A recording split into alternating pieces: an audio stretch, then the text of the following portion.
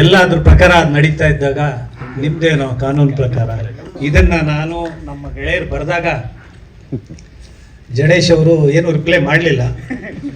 ಯಾಕಂದ್ರೆ ನಾವು ಸರ್ವೈವರ್ ಬರ್ದ್ಬಿಟ್ಟಿದ್ವಿ. ಈ ರೂಲರ್ದು ಬರೀಬೇಕಾಗಿದ್ರೆ ಸ್ವಲ್ಪ ಜಾಸ್ತಿ ಬೇಕಾಗಿತ್ತು. ಏನು ಹೇಳೋದು, ಒಬ್ಬ ವ್ಯಕ್ತಿ ನೋಡಿದ್ರೆ ನನ್ನ ಹತ್ರ ಹೇಳೋದು 2 ಟೊಮಾಟೊ ಅನ್ಕೊಂಡು ಬಂದವರು, ಇವ್ರು ನೋಡಿದ್ರೆ ನಂದು 1 ಮೊಟ್ಟೆ ಅನ್ಕೊಂಡ್ ಬಂದವರು.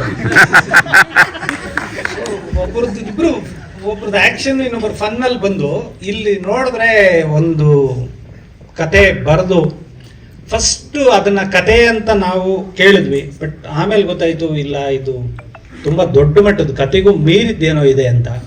ಸೊ ಒಂದೊಂದು ಡೈಲಾಗ್ ಬರೆಯೋವಾಗ್ಲೂ ಅದು ಅಕ್ಷರಗಳಲ್ಲಿ ಆಗ್ತಾನೆ ಇರಲಿಲ್ಲ. ಅದಕ್ಕೆ ಬರೆದಿದ್ದು ಏನೇ ಅಕ್ಷರದ ಮೂಲ ಅಧಿಕಾರ ಇದ್ರೂ ಅಧಿಕಾರದ ಮೂಲ ಅನುಭವ ಅನ್ನೋದು. ಸೊ ಎರಡು ತುಂಬ ಟಫ್ ಇತ್ತು. ಸರ್ವೈವರು ಇದು ಇವರಿಬ್ಬರನ್ನು ಗಮನಿಸಿದಾಗ ಒಂದೇ ದಿಕ್ಕಲ್ಲಿ ಹೋಗ್ತಾ ಇತ್ತು. ಎಲ್ಲದಕ್ಕಿಂತ ಖುಷಿ ವಿಚಾರ ಏನು ಅಂದರೆ ಥಿಯೇಟರ್ಗಳಿಗೆ ಜನ ಬರ್ತಾ ಇದ್ದಾರೆ ಅಂದರೆ ಅದು ಒಂದ್ಸತಿ ಶೆಟ್ಟರ್ನ ಕಡೆ ನೋಡ್ತೀವಿ, ಒಂದ್ಸತಿ ವಿಜಯ್ ಕಡೆ ನೋಡ್ತೀವಿ. ಯಾಕಂದರೆ ಸಲಗ ಭೀಮಾ ಅನ್ನೋ ಸಿನಿಮಾಗಳಲ್ಲಿ ನಿರ್ದೇಶಕನಾಗಿ ದುಡಿಸ್ಕೊಂಡು ಅಷ್ಟು ಜನನ ಥಿಯೇಟರ್ಗೆ ಕರೆಸೋದು ತಮಾಷೆ ಮಾತಲ್ಲ. ಸೊ ಆ ಕಷ್ಟ ಇವತ್ತು ಸಿಟಿ ಲೈಟ್ಸ್ ನಾವು ಶೂಟಿಂಗ್ ನೋಡೋವಾಗ ಗೊತ್ತಾಗುತ್ತೆ. ನಾನು ಆರ್ಟಿಸ್ಟ್ಗಳನ್ನ ಕರ್ಕೊಬಂದು ಅವ್ರಿಗೆ ಡೈಲಾಗ್ ಕೊಟ್ಟು ಸಾಕಮ್ಮ ನೀನು ಅಷ್ಟೇ ಮಾಡಮ್ಮ ಸಾಕು ನಾನು ತಗೋತೀನಿ ಅಂದ್ಬಿಟ್ಟು ಕ್ಯಾಮ್ರಾಮೆನ್ಗಳನ್ನ ಆ ಮೋರಿಗಳ ಅಂಚುಗಳಲ್ಲೆಲ್ಲ ಕ್ಯಾಮ್ರಾ ಎತ್ಕೊಂಡು ಓಡಾಡೋವಾಗ ನಮ್ಗೆ ಭಯ ಆಗುತ್ತೆ. ₹1,000,000 ಕ್ಯಾಮ್ರಾ ಗುರು ಅಂತ ಅವರಂತೂ ಆ ಕ್ಯಾಮ್ರಾ ಕಾಯೋರು ಹಿಂಗೆ ಕಾಯ್ತಿರ್ತಾರೆ. ಸೊ ಇದು ಇಲ್ಲಿ ಹೆಂಗ್ ಸರ್ ಲೈಟ್ ಮಾಡೋದು ಅಂತ ಶಿವ ಒಂದ್ಸತಿ ನೀನು ಮುಚ್ಕೊಂಡು ಮಾಡಮ್ಮ ಅಂತಾನೆ. ಸೊ ಯಾವಾಗಲೂ ನನಗೆ ಒಂದು ಸ್ಪೇಸ್ ಬೇಕಮ್ಮ ಅನ್ನೋ ನಿರ್ದೇಶಕರ ಮಧ್ಯೆ ನನಗೇನು ಬೇಡ ನೀನು ತೆಗಿಯಮ್ಮ ಅನ್ನೋ ನಿರ್ದೇಶಕ. ಸೊ ಇವರಿಬ್ಬರನ್ನು ಹಂಗೆ ಜಡೇಶ್ ಅವರು ಬರೆದು ಇದು ಮಾಡಿದಾಗ, ಮತ್ತೆ ರಾಜ್ಬಿ ಶೆಟ್ಟರ್ದು ಪೇರಾಗಿ ಭಾವನಾ ಅವರು ಮಾಡ್ತಿದ್ರು. ಸೊ ನನಗೆ ಹೇಳ್ತಾ ಇಲ್ಲ ಪಾತ್ರ ಏನು ಅಂತ. ನಾನು ಜಡೇಶ್ ಅವ್ರಿಗೆ ಕೇಳ್ತಾ ಇದ್ದೀನಿ, ಏನು ಆ್ಯಕ್ಚುಲಿ ಏನು ಪ್ರೇಮಿನ ಹೆಂಡ್ತಿನ ಏನು ಅಂದರೆ ಹಂಗೆ ಇಕ್ಕೊಳ್ಳಿ ಅಂದರು. ನಾನು ಏನು ಇಕ್ಕೊಳ್ಳಿ, ಅದು ಅವ್ರ ಸ್ಲ್ಯಾಂಗಲ್ಲಿ ಹೇಳ್ತಾವ್ರೆ ಸರಿ ಅಂದ್ಬಿಟ್ಟು ಅದನ್ನ ಹಂಗೆ ತೂಗಿಸ್ಕೊಂಡು ಬರೆದಿದ್ದು. ಬಟ್ ಪ್ರತಿಯೊಂದು ಮಾತು ಅಷ್ಟೇ ತುಂಬಾ ಚೆನ್ನಾಗಿ ಬಂದಿದೆ. ಸಿನಿಮಾ ಒಂದ್ಸತಿ ಎಲ್ಲೋ ಒಂದು ಕಡೆ ಕಚ್ಕೋತಾ ಇದ್ವಿ ನಾನು ಜಡೇಶ್ ಅವ್ರು ಇಬ್ಬರೂ.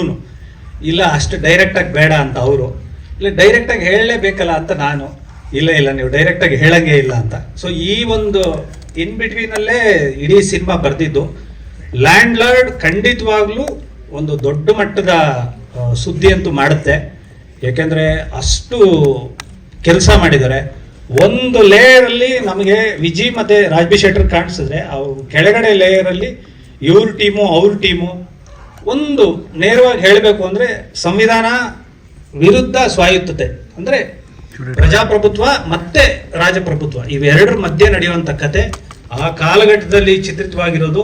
ಸೊ ಎಲ್ಲ ಟೆಕ್ನಿಷಿಯನ್ಸು, ಎಲ್ಲ ಆ್ಯಕ್ಟ್ರುಗಳು ಎಲ್ಲರೂ ತುಂಬ ಚೆನ್ನಾಗಿ ಆ ಪಾತ್ರದಲ್ಲಿ ಮುಳುಗಿದ್ದಾರೆ. ಸೊ ಅಂಥ ಒಂದು ಸಿನಿಮಾಗೆ ನಮ್ಮ ನಿರ್ಮಾಪಕರು ಇಬ್ಬರು ಯಾವಾಗಲೂ ಅವರಿಬ್ಬರನ್ನ ನಾನು ನೋಡೋದು ತಂದೆ ಮಗ ತದ್ವಿರುದ್ಧವಾಗಲೇ ಇರ್ತಾರೆ. ಅವ್ರ ಅಪ್ಪ ಹೇಳ್ದಂಗೆ ಅವ್ರ ಮಗ ಕೇಳಲ್ಲ ಅಂತ. ಆದರೆ ಇವರಿಬ್ಬರದು ಮಾತ್ರ ಅದು ಎಷ್ಟು ಚೆನ್ನಾಗಿ ಅವರಿಬ್ಬರು ಮಾತಾಡಿಕೊಂಡು ಇದು ಹಿಂಗೆ ಮಾಡೋಣ ಅಂತ. ಯಾಕೆಂದರೆ ಎಲ್ಲರೂ ಹೇಳ್ತಾ ಇದ್ರು ಸಾರಥಿ ಆದಮೇಲೆ ಯಾಕೆ ಸಿನಿಮಾ ಮಾಡಲಿಲ್ಲ ಅಂತ. ಕತೆಗಳು ಅವ್ರು ಕೇಳ್ತಾ ಇದ್ರು, ಅವ್ರಿಗೆ ಎಲ್ಲೋ ಒಂದು ಕಡೆ ಇದಕ್ಕೆ ನಾನು ಕನೆಕ್ಟ್ ಆಗಲ್ಲ, ಇಲ್ಲ ಅವರು ನನಗೆ ಕನೆಕ್ಟ್ ಆಗ್ತಿಲ್ಲ ಅನ್ನೋ ಒಂದು ನಿಟ್ಟಿನಲ್ಲಿದ್ರು. ಸೊ ಇಬ್ಬರೂ ಇಷ್ಟು ವರ್ಷಗಳ ನಂತರ ಸಾರಥಿ ನಂತರ ಒಂದು ಲ್ಯಾಂಡ್ ಲಾರ್ಡ್ ಮಾಡ್ತಿದ್ದಾರೆ ಅಂದರೆ ನಿಜಕ್ಕೂ ಅವ್ರದ್ದು ಕರೆಕ್ಟ್ ಜಡ್ಜ್ಮೆಂಟ್ ಅಂತ ನನಗೆ ಅನಿಸ್ತು. ಅದು ಕರೆಕ್ಟಾಗಿ ಜಡೇಶ್ ಅವರು ಬರೆದಿರೋದು. ನನಗೆ ಜಡೇಶ್ ಅವ್ರ ಕತೆಗಳು ಅಂದಾಗ ಫಸ್ಟು ನಾನು ಯಾವುದೇ ಒಂದು ಕೆಲಸ ಇರಲಿ ಓಡೋಗ್ಬಿಟ್ಟು ಆ ಕತೆ ಕೇಳೋ ನನಗೆ ಇಂಟ್ರೆಸ್ಟು. ಆಯಪ್ಪ ನೆಲದ ಕತೆಗಳನ್ನ ಹಂಗೆ ಅಗದು ಮಾಡ್ತಾನೆ. ಯಾವಾಗಲೂ ಹೇಳ್ತಾ ಇರ್ತೀನಿ, ಗುರು ಒಂದು ಬಾವಿ ಅಗಸ್ತ್ಯ ನೀರು ಸಿಕ್ಕಿದ ಮೇಲೆ ತಿರ್ಗಾ ಗಡಪಾರಿ ಕೊಡ್ತಿಲ್ಲ ಗುರು ಇನ್ನೂ ಹಾಗೆ ಅಂತ. ನೀರು ಸಿಕ್ಕಿದ ಮೇಲೆ ಏನು ಅಂದರೆ ಇಲ್ಲ ಅದ್ರ ಒಳಗಡೆ ಇನ್ನೇನೋ ಸಿಗ್ಬೋದು ಅಂತ. ಸೊ ಆ ಮಟ್ಟದ ಕೆಲಸ ತಗೋತಾರೆ. ಸೊ ಕಲಾವಿದರುಗಳಂತೂ ರೋಸ್ ಹೋಗ್ಬಿಟ್ಟಿರ್ತಾರೆ. ನಾನು ಸೆಟ್ಗೆ ಹೋದಾಗ ರಾಜ್ಬಿ ಶೆಟ್ಟರ್ ನೋಡಿದೆ, ಅವರು ತುಂಬಾ ಚೆನ್ನಾಗಿ ಮಾತಾಡ್ತಾರೆ. ನಮಗೆ ಇವರು ಚೆನ್ನಾಗಿ ಹೇಳ್ತಾ ಇದ್ರು ರಾಕೇಶ್. ಅಂದ್ರೆ ಒಂದು ಸ್ಟೇಟ್ ಅಲ್ಲಿ ಇರ್ತಾರಲ್ಲ, ಜನಗಳನ್ನ ಥಿಯೇಟರ್ ಕರೆಸೋದು ಎಲ್ಲರಿಗೂ ಯಕ್ಷ ಪ್ರಶ್ನೆ, ಹೆಂಗೆ ಜನನ ಕರೆಸೋದು ಅಂತ. ಅದು ಕರೆಸೋದಲ್ಲ ಗುರು, ಅದು ಕಲೆ ಮತ್ತೆ ಆ ಒಂದು ಕೃಷಿಯಿಂದ ಮಾತ್ರ ಸಾಧ್ಯ. ಈಗ ನಾನು ಯಾವಾಗಲೂ ಹೇಳ್ತಾ ಇರ್ತೀನಿ, ಒಂದು ಹಳ್ಳಿಯಲ್ಲಿ ಒಬ್ಬ ಆಲೂಗಡ್ಡೆ ಬೆಳೆದ ಅಂದ್ರೆ ಅವನೊಂದು ಹೀರೋ ಹೊಂಡ ತಗೋತಿರ್ತಾನೆ, ಇಡೀ ಊರವರೆಲ್ಲ ಆಲೂಗಡ್ಡೆ ಬೆಳೆದು ಬಿಡೋದು, ಅದು ಆಲೂಗಡ್ಡೆ ರೇಟ್ ಬಿದ್ದೋಗುತ್ತೆ. ನೀನ್ ಟೊಮಾಟೊ ಹಾಕರು, ಶೆಟ್ರ್ ಅದೇ ಮಾಡ್ತಾ ಇರೋದು. ಅವ್ರು ಹೀರೋ ಹೊಂಡ ತಗೊಂಡಿದ ತಕ್ಷಣ ನೆಕ್ಸ್ಟ್ ಟ್ರ್ಯಾಕ್ಟರ್ ಕೈ ಹಾಕ್ತಾರೆ, ಶೆಟ್ರು ಆಲೂಗಡ್ಡೆ ಹಾಕೋರು ಅಂತ ಎಲ್ಲ ಆಲೂಗಡ್ಡೆ ಹಾಕ್ಬಿಟ್ರು. ಹಂಗಾಗಲ್ಲ. ಬಟ್ ಅವ್ರ ಕೃಷಿ, ನನಗೆ ವಿಜಯ್ ಅವರು ಮತ್ತೆ ರಾಜ್ಬಿ ಶೆಟ್ಟಿ ಏನಕ್ಕೆ ಇಷ್ಟ ಅಂದ್ರೆ, ಇಂದ ಸಿನಿಮಾ ಮಾಡ್ಕೊಂಡು ಬಂದು ಇವತ್ತು ತಿದ್ದಿ ಅವ್ರನ್ನ ಅವರೇ ತಿದ್ಕೊಂಡು, ಹೌದು ಅವರು ನೋಡಿದ್ದಾರೆ, ಸೋಲುಗಳನ್ನ ಅವರು ಕಂಡಿದ್ದಾರೆ, ಗೆಲುವುಗಳನ್ನ ಅವರು ಸಂಭ್ರಮಿಸಿದ್ದಾರೆ. ಬಟ್ ಯಾವತ್ತೂ ತಲೆಗೆ ತಗೊಂಡಿಲ್ಲ. ತಲೆಗೆ ತಗೊಳ್ಳದೆ ಕೆಲಸ ಮಾಡ್ಕೊಂಡು ಹೋಗೋದು, ಜನಗಳನ್ನ ಕರೆಸ್ಬೇಕು. ಹೌದು, ಇವತ್ತಿನ ಪರಿಸ್ಥಿತಿ ಹೆಂಗಿದೆ ಅಂದ್ರೆ, ಯಾವುದೋ ಮಲಯಾಳಂ ಸಿನಿಮಾಗೆ ಥಿಯೇಟ್ರಿಗೆ ಬರ್ತಾ ಇದ್ದಾರೆ ಅಂದ್ರೆ ಹೌದು ಖುಷಿ ಆಗುತ್ತೆ, ಹೌದು ಕಂಟೆಂಟ್ ಚೆನ್ನಾಗಿದೆ, ಬಂದಿದ್ದಾರೆ, ನಮಗೂ ಬರ್ತಾರೆ, ನಮ್ಮ ಜನ ತಾನೇ ನೋಡೋದು. ಬಟ್ ಕನ್ನಡದಲ್ಲಿ ಯಾವತ್ತೂ ಆ ಕಂಟೆಂಟ್ ಇದ್ರೆ ಖಂಡಿತವಾಗ್ಲೂ ಬರ್ತಾರೆ, ಜನ ಆಶೀರ್ವಾದ ಮಾಡ್ತಾರೆ. ಆ ಒಂದು ಭರವಸೆ ಅಂತೂ ಲ್ಯಾಂಡ್ ಲಾರ್ಡ್ ಸಿನಿಮಾ ಮೇಲಿದೆ.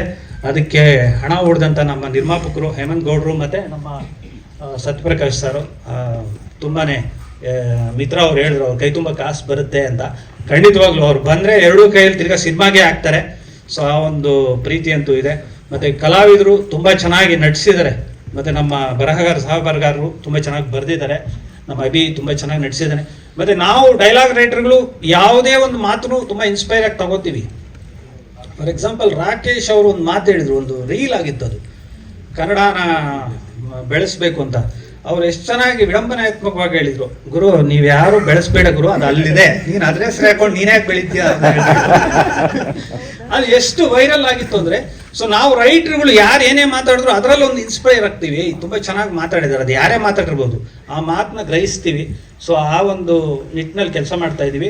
ಮತ್ತೆ ಜಡೇಶ್ ಅವ್ರಿಗೆ ತುಂಬ ಥ್ಯಾಂಕ್ಸ್, ಇಂಥ ಇಬ್ಬರು ಕಲಾವಿದರನ್ನ ನಿಮ್ಮ ಒಂದು ಪಾತ್ರಗಳಿಗೆ ದುಡಿಸ್ಕೊಂಡಿರೋದು, ಮತ್ತು ಅವರಿಬ್ಬರನ್ನು ವಿರುದ್ಧ ದಿಕ್ಕಿನಲ್ಲಿ ನಿಲ್ಲಿಸಿರೋದು, ಅದು ನಿಜಕ್ಕೂ ಎಲ್ಲರನ್ನೂ ಖುಷಿ ಕೊಡುತ್ತೆ. ಈ ಸಿನಿಮಾ ನಿಮ್ಮ ಶ್ರಮಕ್ಕೆ ಪ್ರತಿಫಲ ಕೊಡುತ್ತೆ ಅಂತ ಈ ಮೂಲಕ ಹೇಳ್ತಾ ಇದ್ದೀನಿ. ಮತ್ತು ನಮ್ಮ ಜನಾನ ಕೇಳ್ಕೊತಾ ಇದ್ದೀನಿ. Thank you so much.